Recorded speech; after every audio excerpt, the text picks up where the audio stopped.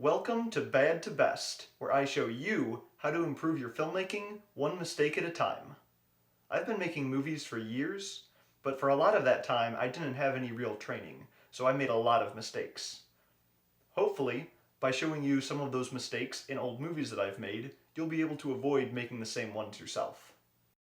Today, we'll be continuing with No Pasarán, picking up where we left off last time on the west bank of the Jarama River in Spain. It may look like a suburban backyard, but I assure you, it's definitely accurate to the historical location. Nationalists! The conversation is interrupted by a burst of gunfire. The Nationalists, who don't actually appear in this scene, are attacking. As our heroes run away from the overwhelming force of their apparently invisible foes, we need to talk about screen direction. Screen direction is an important part of making cuts from one shot to another feel natural. Basically, if characters are looking or moving one direction on screen in a shot, they should be looking or moving the same direction in the next shot. This is accomplished by means of the 180-degree rule. Let me show you what I mean. Imagine that there is a line running between the characters in your scene. The camera cannot cross that line. It must stay within the 180 degrees of that half-circle arc. If you cross that line, the screen direction will be messed up and the characters will seem to be looking or moving in the wrong direction. Here's what I'm talking about. In this shot, the characters run from the right side of the screen to the left side of the screen. In the next shot, we're good, because they're running straight, so the screen direction is just fine. Then, they jump the fence and continue running right to left. Same in this shot. Then we have a very shaky POV shot of one of the characters' legs running down the hill. I'm not exactly sure why I put that in there, but oh well. And then we see them continue from right to left. As far as screen direction goes, this scene is okay. There's continuous movement from right to left, which gives the appearance that the characters are making progress as they run. Let's talk about shooting outdoors now. Since the majority of this film takes place outside, the only source of light for most of it is the sun. Now, as most of you have probably noticed, the sun is very bright, and it casts very harsh shadows. This creates a very unflattering look for the actors, giving them what's often referred to as raccoon eyes. They're often squinting into the direct sunlight as well, which is not a great look either. The easiest way to avoid this problem is to shoot outside on cloudy days. When clouds cover the sun, the harsh sunlight is diffused and softened by the clouds. This eliminates the harshness of the shadows, and gives much more even lighting that looks a lot more flattering. Sometimes waiting for an overcast day isn't an option though. In that case, you can try a few different things. Find some shade to shoot under, position the actors in such a way that they aren't staring into the sun and there aren't harsh shadows on their face, or use a light diffuser. These are simply white material stretched over a frame.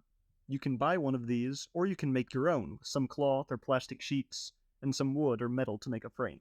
Put a diffuser between the sun and the actor, and it will soften the light hitting them. In this next scene, we see one of the downsides of shooting in the shade. Since the shade is a lot darker than out in the sun, the areas not in the shade can be really bright and overexposed. Sometimes that might be the look you're going for, but most of the time it can be rather distracting, such as here. This is because the human eye is naturally drawn to light. Because of that, the viewer will be drawn to the brightest part of the frame, which in this case is the overexposed background. This is an issue because you want the viewer to be looking at the actors and what they're doing. Instead, the background is blown out and the actors end up looking too dark even though they're correctly exposed. Another challenge when shooting outdoors is getting good audio. It's hard to control what sounds will be around you, from lawnmowers to cars to even airplanes flying overhead. All of these can be an issue, but thankfully most of them can be waited out. While it can be frustrating to have to do it, taking a break between takes to let a car pass or an airplane get out of audible range is often all that is necessary. A bigger issue is wind noise. I doubt the Nationalists will try and cross anytime soon. They'll most likely consolidate their forces on the other side of the river. For this film, I recorded all the audio through the camera's built-in microphone. This was an issue not only because I couldn't get the microphone where it needed to be to pick up the dialogue properly, but also because I had no way to cut out wind noise. Wind noise can be cut down or eliminated with a wind muff to cover your microphone. This is a sleeve, often referred to as a dead cat, because of the synthetic fur on it that fits over the top of your microphone and blocks out the wind noise. This is a very easy fix, but it only works if you have a separate microphone. Use the camera's internal mic like I did, and you'll probably wind up with audio that sounds like this. Captain Roger Morris and Private Smith and Jenkins reporting for duty. You boys come from the west side? There are some tools that can clean up audio quality somewhat, but they aren't perfect and they can only do so much. The best thing to do is just use a separate microphone with a wind muff and get good audio while shooting. It's almost always better to get things right when you're shooting than to try to go back and fix them later in post. So remember, when you're filming a scene, don't break the 180-degree rule.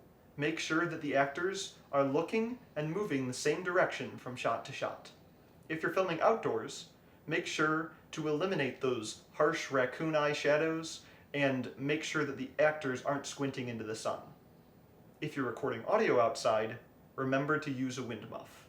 Do that, and you'll go from bad to best in no time.